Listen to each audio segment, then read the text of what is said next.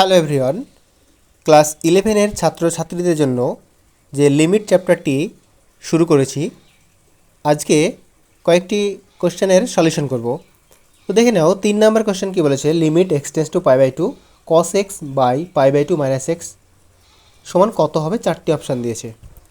তো আমরা সলিউশন করব। সলিউশন, আচ্ছা, লিমিট এক্স টেন্স টু পাই/2 cos x পাই/2 মাইনাস এক্স, ঠিক আছে।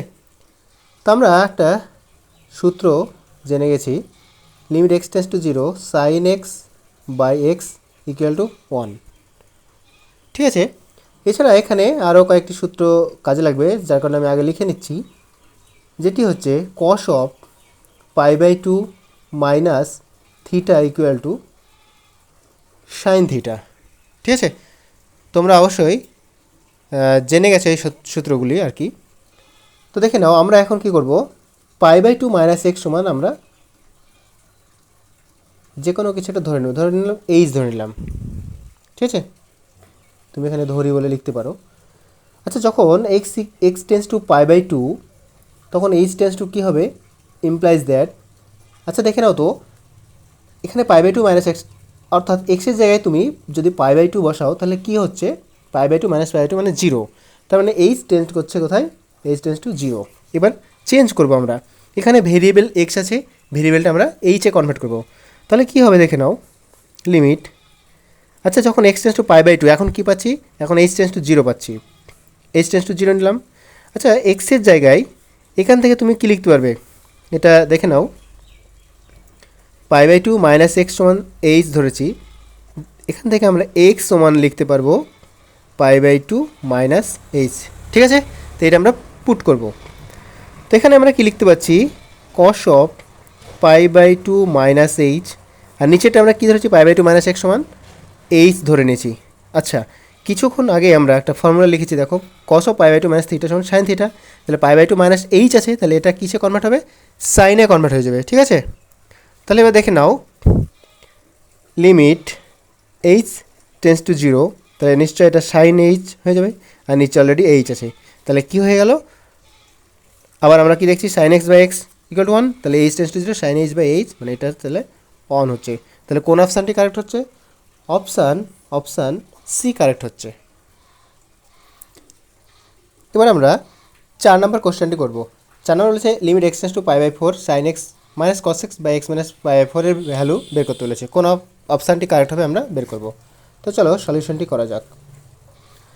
আচ্ছা, এখানে আমরা কি করব, এখানে এক্স মাইনাস পাই/4 এটা সমান আমরা একটা কিছু ধরে নেব, এক্স মাইনাস পাই/4 সমান সমান তুমি ধরে নাও জেড ধরে নিলে, ঠিক আছে।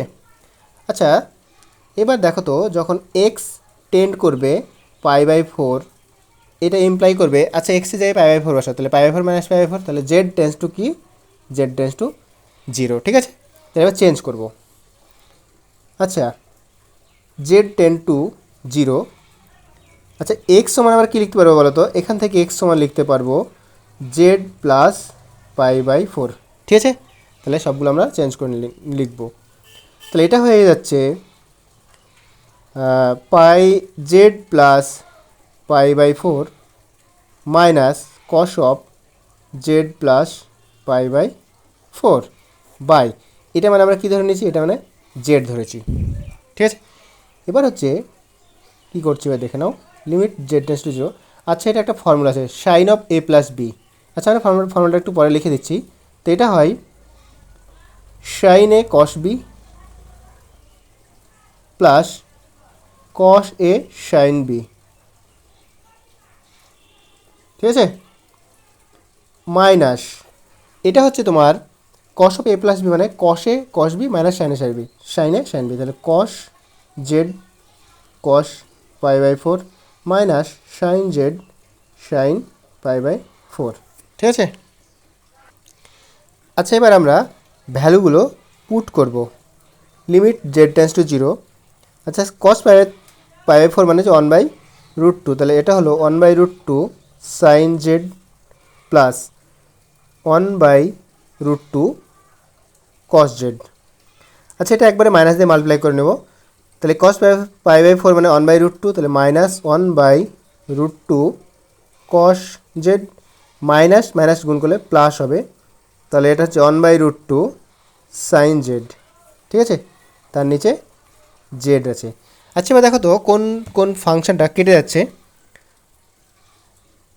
1/√2 কস জেড, 1/√2, তাহলে এটা ক্যান্সেল আউট। এবার হচ্ছে এটা limit z tends to 0।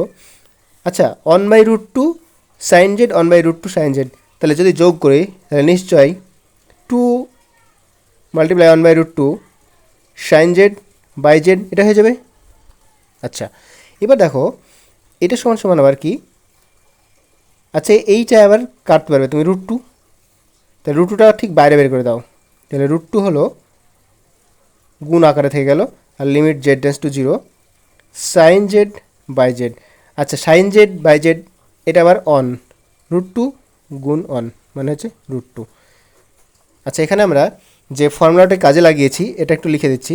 Sign of A plus b, এটা মানে তোমরা লিখে নিবে সাইন এ কস বি প্লাস কস এ সাইন বি। আর একটি ফর্মুলা ইউজ হয়েছে সেটা হচ্ছে cos of A plus b, এটা মানে হচ্ছে cos A cos B minus sine a sine B. ঠিক আছে, তাহলে কোন অপশানটি কারেক্ট হলো? এখানে অপশান আমরা দেখতে পাচ্ছি অপশান অপশান ডি কারেক্ট। ঠিক আছে।